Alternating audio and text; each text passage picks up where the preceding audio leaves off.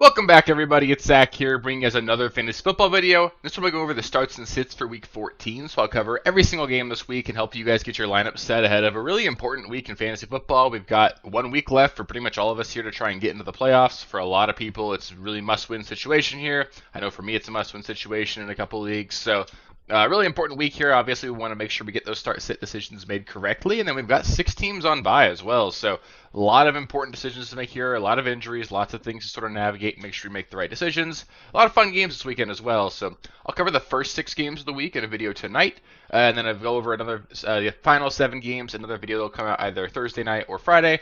Get you guys all set for the week and just get you guys ready to roll and hopefully get you guys rolling with your lineups. So if you guys have any specific questions, just let me know in the comments. I'll be sure to get back to you guys before the games kick off, and let's get into it. Hopefully you guys enjoy. Starting things off with an awesome Thursday night football game. We've got the Packers going to Detroit. Going to be a really high scoring game in theory here. It's the highest over-under of the week at 51 points. But still, it's kind of tough for me to trust too many Packers here. The Lions have been phenomenal on defense, although I do want to highlight that their defense is extremely banged up. So all these like lower tier guys, like the mid tier guys, at least still think you can consider starting them. Josh Jacobs, regardless, he's a must start. I know the Lions are a phenomenal run defense, but Jacobs has just been way too good. There's no way you're benching him. Tucker Kraft, I think he's a decent streaming option. Had 7 targets last week. He looks good. He's obviously got a good shot to score in a given week. So, you can play him. He's in like that Will Dissly category of just like, Hunter Henry category, those kinds of guys that you can play but that you don't need to. Jordan Love, he's a low-end streaming option for me. I don't think you need to play him, but I still think this game could easily be a super high scoring. Packers with a 24-point implied total. They're expecting Jordan Love to probably throw for like 2 touchdowns this one. You'll probably get out of it okay. I just wouldn't expect this game to be a one where Love goes out there and puts up 400 yards and 4 touchdowns. Jaden Reed, he's a wide receiver 3. I think you can play him and probably should be. Christian Watson, I'd probably bench him. I think you can play him if you need to. Romeo Doubs will be out this week, so it makes him like a decent dart throw if you need to. Like, high upside, obviously a lot of people on buy and all that, so you can play Christian Watson and even a Dontavian Wicks if you really need to, but I'd prefer to sit those guys if I could. For the Lions, it's kind of easy every week. Gibbs, Monty, and Amon-Ra, they're in every single week. If you need to flex Jameson Williams, you can. He's averaging 15 points per game at home, so good setup there. You can certainly play him. But I'd probably sit Jared Goff and Sam Laporta. I know Laporta had 2 touchdowns last week, but 3 catches for like 6 yards. Not going to really get it done. I'm not going to bank on those 2 touchdowns again. Hasn't been reliable enough. I can't play him. And Jared Goff, you need touchdowns to go his way, so you can stream him if you need to, but I just bet they'll end up with like 2 rushing touchdowns in this one, so then it's tough to really trust Jared Goff. Next, we've got a really fun one here between the Browns and the Steelers, going to Pittsburgh here, and really hoping we get a shootout in this one. For the Browns, Winston's a decent streaming option. I know the matchup is certainly not fantastic, but we did see Joe Burrow just put up a pretty good total against the Steelers, and I think the Steelers defense might be a little bit overrated in terms of what they can do right now. So I still think we can play the Browns or play Winston here, although I'm sure he'll throw a pick 6 or 2, but regardless, that doesn't really kill you for fantasy. Njoku and Jerry Jeudy feel like must starts. I can't imagine seeing either one of those guys. And then Cedric Tillman and Elijah Moore, both decent flex options. Elijah Moore obviously gets a bump if Cedric Tillman is inactive, but if they're both active, I still think you can flex both of them. Nick Chubb, low end running back 2. You need a touchdown for him to pay off. Hasn't been very good lately. Jerome Ford's getting involved. I don't really need to play him, but again, 6 teams on bye, injuries everywhere. You could do worse than playing Chubb. For the Steelers, Russell Wilson, really solid streaming option. I would play him over Jameis Winston if that's the situation you're in. And he's just playing really well, coming off a 400-yard, 3-touchdown game. This Browns defense, we just saw get lit up by the Broncos. The Steelers are playing better on offense right now than the Broncos, and I think that Russ is certainly a guy that could go up there and put up 302 this week. So if you need to play Russ, I think there's a really solid reason to do that. George Pickens, he's obviously in, as is Najee Harris. Plus matchup here, just, expect this game to be pretty high scoring. I think Najee should find the end zone. But I'd probably sit every other Steeler. If you need to stream Pat Freiermuth, you can, but it's tough for me to trust any of the other wide receivers, whether it's Van Jefferson, Calvin Austin might be inactive. So I don't really want to go there. Freiermuth gets a bump if Calvin Austin is inactive. Warren, low-end flex play, low-end RB2 if you need him, but I'd prefer to just play Russ, Pickens, and Najee and nobody else there. Next, we've got a pretty easy game here between the Saints and the Giants. For the Saints, Alvin Kamara, he's in every single week. There's no way you're benching him. MVS, really solid flex play here. It's just the only guy left. Like, you've got Chris Olave out, Rashid Shaheed out, Taysom Hill's now out for the year. MVS is really the last warm body there at the wide receiver group. So you can play him. You're hoping for the big play, but he keeps coming through with it. So you can play MVS if you need to.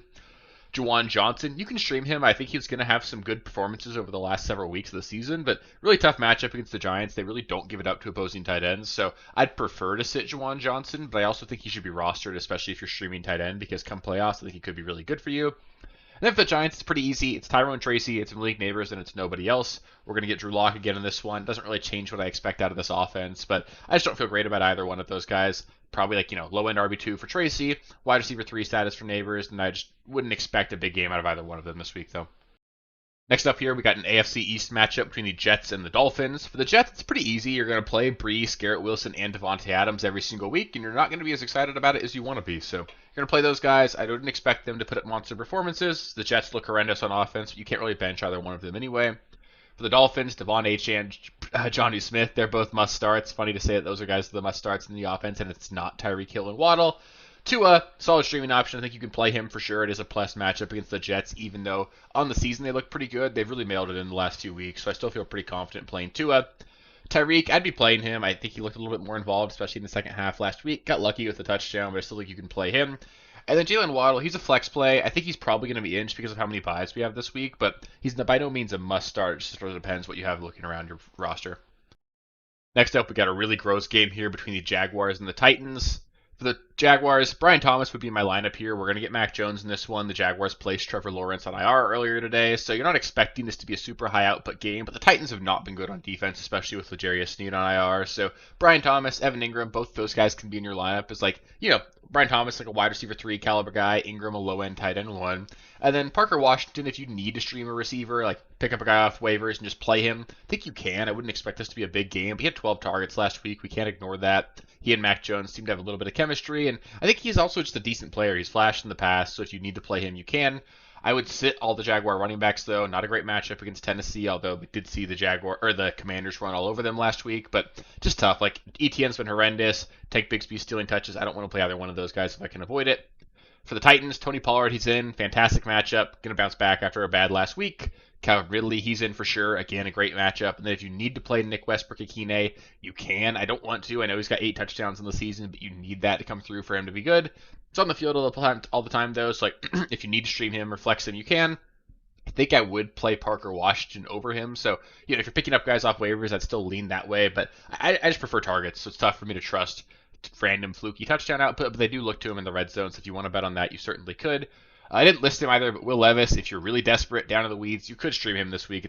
You're not going to get a better matchup, so if you want to get freaky with it and play Will Levis, you can. But if I know a lot of us are in must-win games right now. I can't imagine. I don't want to lose my season because Will Levis goes out there and lays an egg like we kind of expect him to every now and then. So I don't know if I have the stones if this is a must-win game for me, but if it's not, you can. It's high upside, low floor. It's just too scary for me in a lot of cases there. And the last game for this video here, we're going to go over the Falcons and the Vikings. For the Falcons, it's tough to know what version of Atlanta we're going to see. We've seen Kirk Cousins play extremely well at points this season, and we've also seen him just be horrendous. He probably put up one of the worst performances of any quarterback this season last week. Tough to really trust him. I wouldn't be shocked if we see Michael Penix at some point this year. So it really is trending downhill quickly for the Falcons, who have lost 3 games in a row.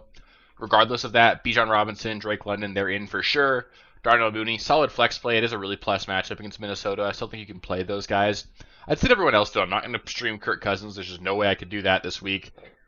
Kyle Pitts, coming off a 0, it just has not been involved. I can't do it. I wouldn't play him either.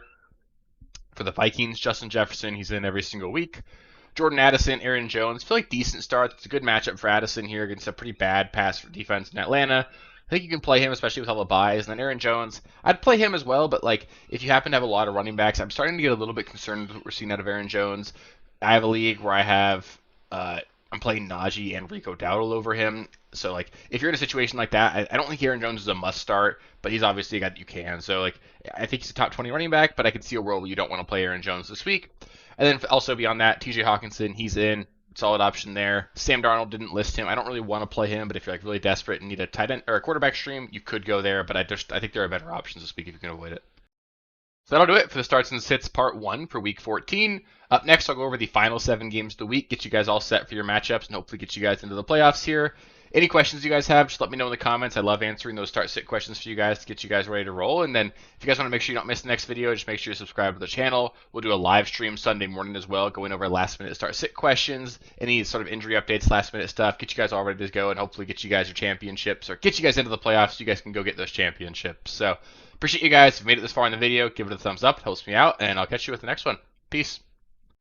Thank you guys for watching. If you haven't already, please be sure to subscribe to the channel, like the video, check out these other videos here if you haven't. If you want more content, please feel free to follow me on Twitter at RealSteelFFB. I'll be more active on there as the season goes on. Thanks. Catch you later.